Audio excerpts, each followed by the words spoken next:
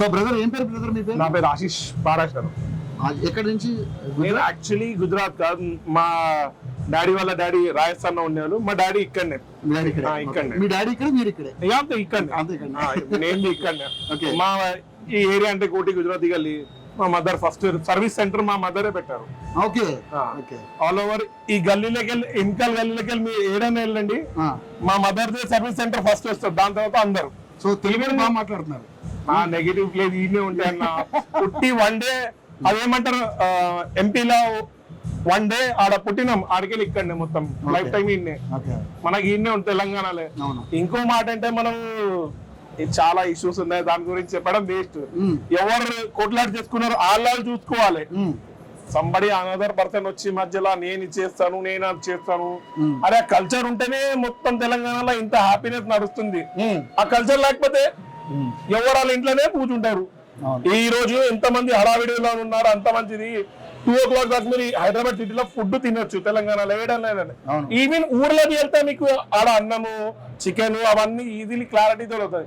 అదే మీరు వేరే చోట వెళ్ళండి అస్సలు దొరకదు. మీరు ఇక్కడ ఉండి మళ్ళీ దీనికోసం మంచికి చెప్పితే వీడికెళ్ళి బయటికి వెళ్ళిపోమంటే ఎవడు వెళ్తాడన్న?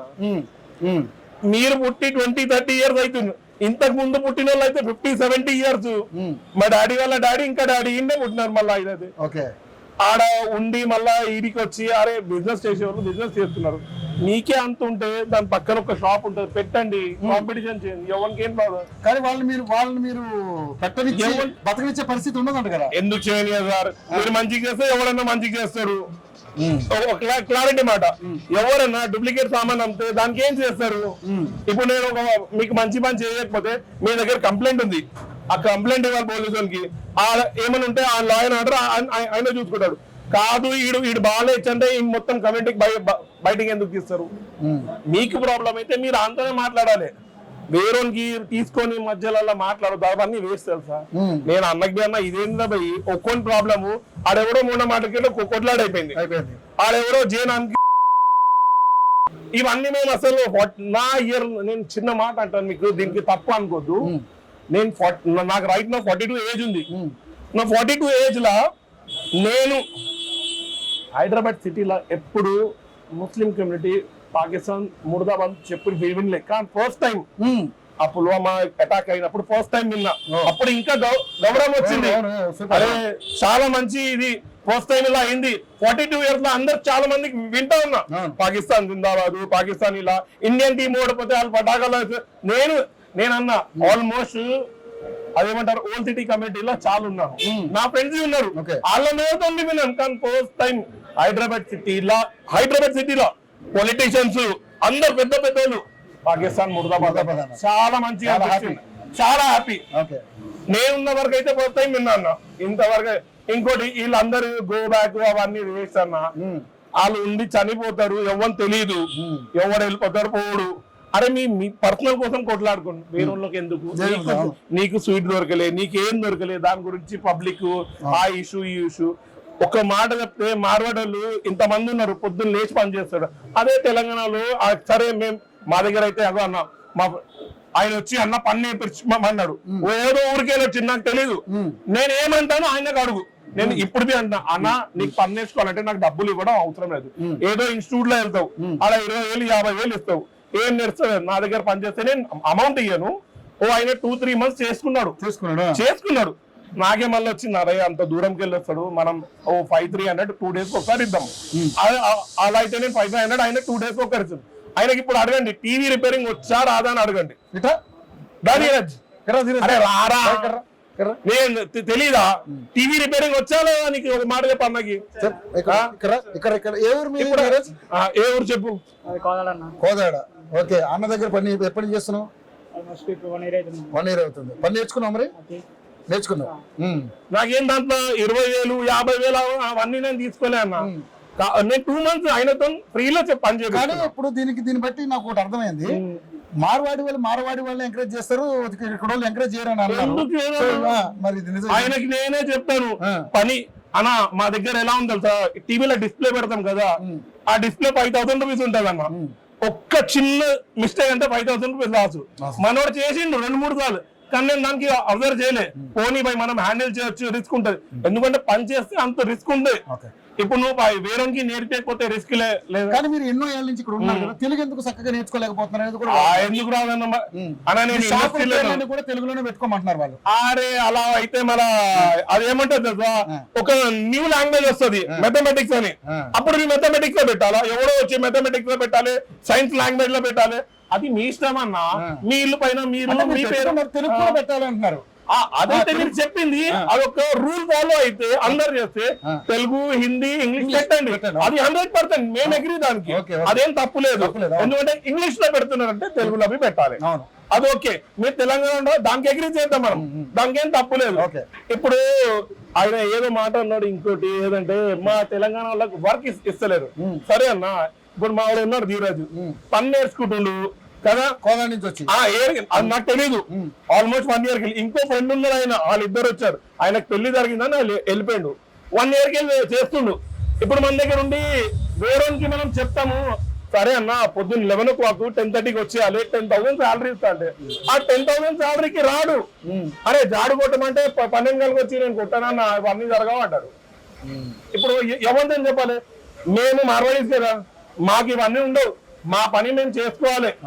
ఈడిపి మన దగ్గర ఉంటాడు, ఏమన్నా అంటే టిఫిన్ తీసుకురా, సరే బిర్యానీ తీసుకురా అంటారు.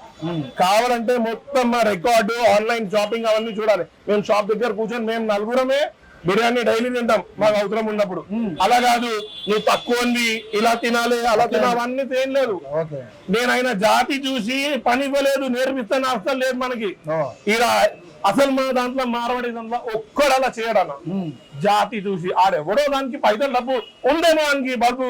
ఎందుకంటే హైదరాబాద్ సిటీలో నీ దగ్గర వచ్చింది అనుకో డబ్బు, నువ్వు ఈ బల్బు కొంచెం చూపిస్తావు, కానీ జాతి వాతి అది తీసుకురావద్దు. అదంటే ఏంటంటే ఆ జాతి తీసుకొచ్చి ఇండియన్స్ ఆ జాతి తీసుకొచ్చి మీరే మీ జాతికి చిన్నది చూపిస్తున్నారు.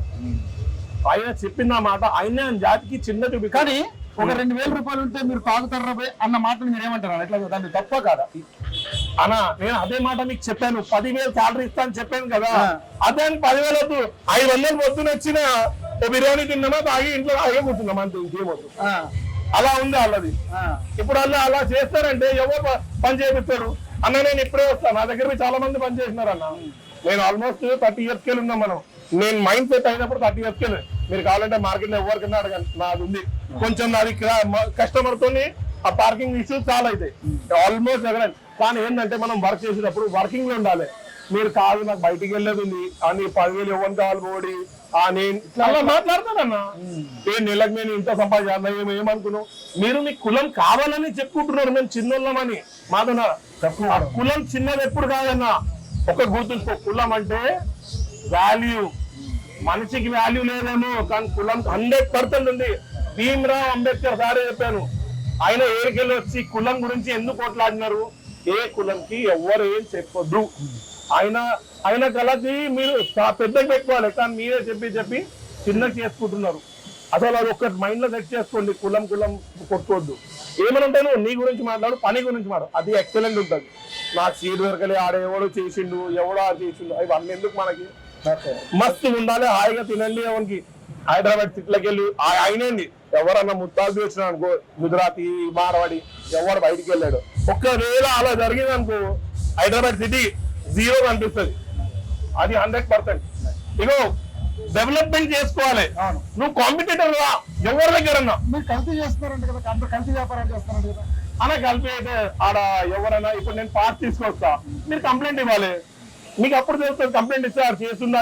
చాలా మంది ఉన్నారు, నేనంటే మార్కెట్ లో చాలా మంది ఉంటారు, డూప్లికేట్స్ అవన్నీ చెప్తారు, మేము చెప్తాం. అరే మీకు ప్రాబ్లం ఉంటే కంప్లైంట్ ఇవ్వాలి, కంప్లైంట్ కి సొల్యూషన్ ఉంది, లా అండ్ ఆర్డర్ ఉంది. అడిగి ఇవ్వాలి కదా, ఎందుకు ఇవ్వరు? ఎందుకంటే మీకు అది ఫేసింగ్ ప్రాబ్లం అవుతుంది. ఎవరో మీకు డబ్బిస్తుండ్రు ఇలాగా ఇవన్నీ చేయమని మీరు దీనికి ఎంకరేజ్ అవుతున్నారు. ఎందుకు? ప్రాబ్లం ఉంటే మీరు ముందరే చెప్పాలి. ఇప్పుడు నేను 30 years నాకు ప్రాబ్లం వస్తే ఏడికి వెళ్తాను. ఇప్పుడు కాంపిటీషన్ ఏంటంటే ఇప్పుడు నా షాప్ ఉంది, పక్కన తక్కువలో అంటారు. నేను ఆయన గురించి ఏమన్నా చెప్పలేమన్నా. ఎందుకు తెలుసా? ఆయన పని ఆయన చేస్తుంది, నా పని నేను చేస్తున్నా. కస్టమర్ ప్రాబ్లం ఉంటే చెప్పాలి, మేము చెప్తాం. ఇంకోటి కాదు, నీకు ప్రాబ్లం ఉంటే మీ వాళ్ళకి మీరు పెద్ద చేయండి అన్న. ఇంతమంది ఉన్న లోన్స్ ఉన్నాయి, అవన్నీ వస్తాయి. షాప్ పెట్టండి, ఆడ వర్క్ చేయండి, కాంపిటీషన్ రండి. అందరూ మీకు ఎవరైనా చెప్పిండా రావద్దని? అరే మీరే ఉంది తెలంగాణ, మీరు రాకపోతే ఎవడొస్తాడు? కాంపిటీషన్ రావాలన్నా. మీరు అంటారు ఎవరో బయటికి వెళ్ళి వచ్చింది, కరెక్ట్ బయటికి వెళ్ళి వచ్చింది, మళ్ళీ మీరేం చేస్తున్నారు? ఇలా కూర్చొని తాగడము, తినాలి, వెళ్ళిపోవాలి, ఇవన్నీ కొట్లాట్ చేసుకుంటాం. మీరు బయటికి వెళ్ళిపోవాలి, అందరు బయటికి పోతే ఏం చేస్తారు? శ్మశానంలో కూర్చుంటారా?